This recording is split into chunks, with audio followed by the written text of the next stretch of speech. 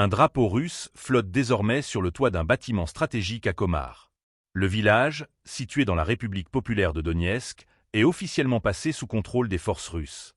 Une séquence vidéo, diffusée par le ministère de la Défense à Moscou, témoigne de cette prise de position.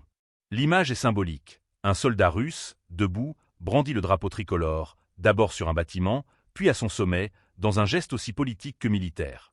N'oubliez pas de vous abonner pour ne rien manquer de nos prochaines vidéos, et partagez votre avis en commentaire. Cette reprise militaire soulève une question directe. L'armée ukrainienne peut-elle encore tenir face à l'enchaînement des percées russes?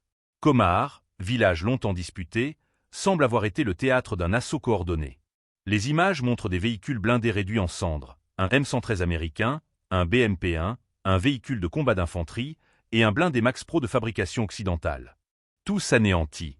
Ces carcasses calcinées témoignent de la violence des combats et de la progression méthodique des troupes russes sur ce secteur de la ligne de front. Mais au-delà des engins détruits, ce sont surtout les installations militaires ukrainiennes ciblées qui attirent l'attention. Des postes de tir, des fortifications et des abris logistiques semblent avoir été méthodiquement frappés. L'objectif paraît clair, non seulement reprendre du terrain, mais aussi affaiblir durablement la capacité défensive des forces de Kiev sur cette portion du Donbass. Le ministère russe ne cache pas son intention de médiatiser cette avancée. Chaque image diffusée est calibrée, scénarisée, pensée pour marquer les esprits. Car au-delà du front militaire, c'est aussi une guerre de communication qui se joue.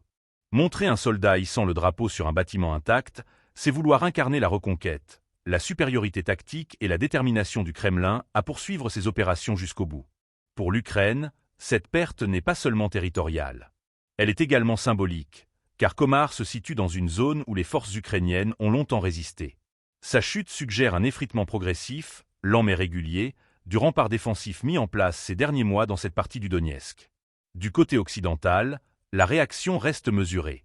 Aucune déclaration officielle sur cette libération de Komar, mais le silence n'équivaut pas à l'indifférence.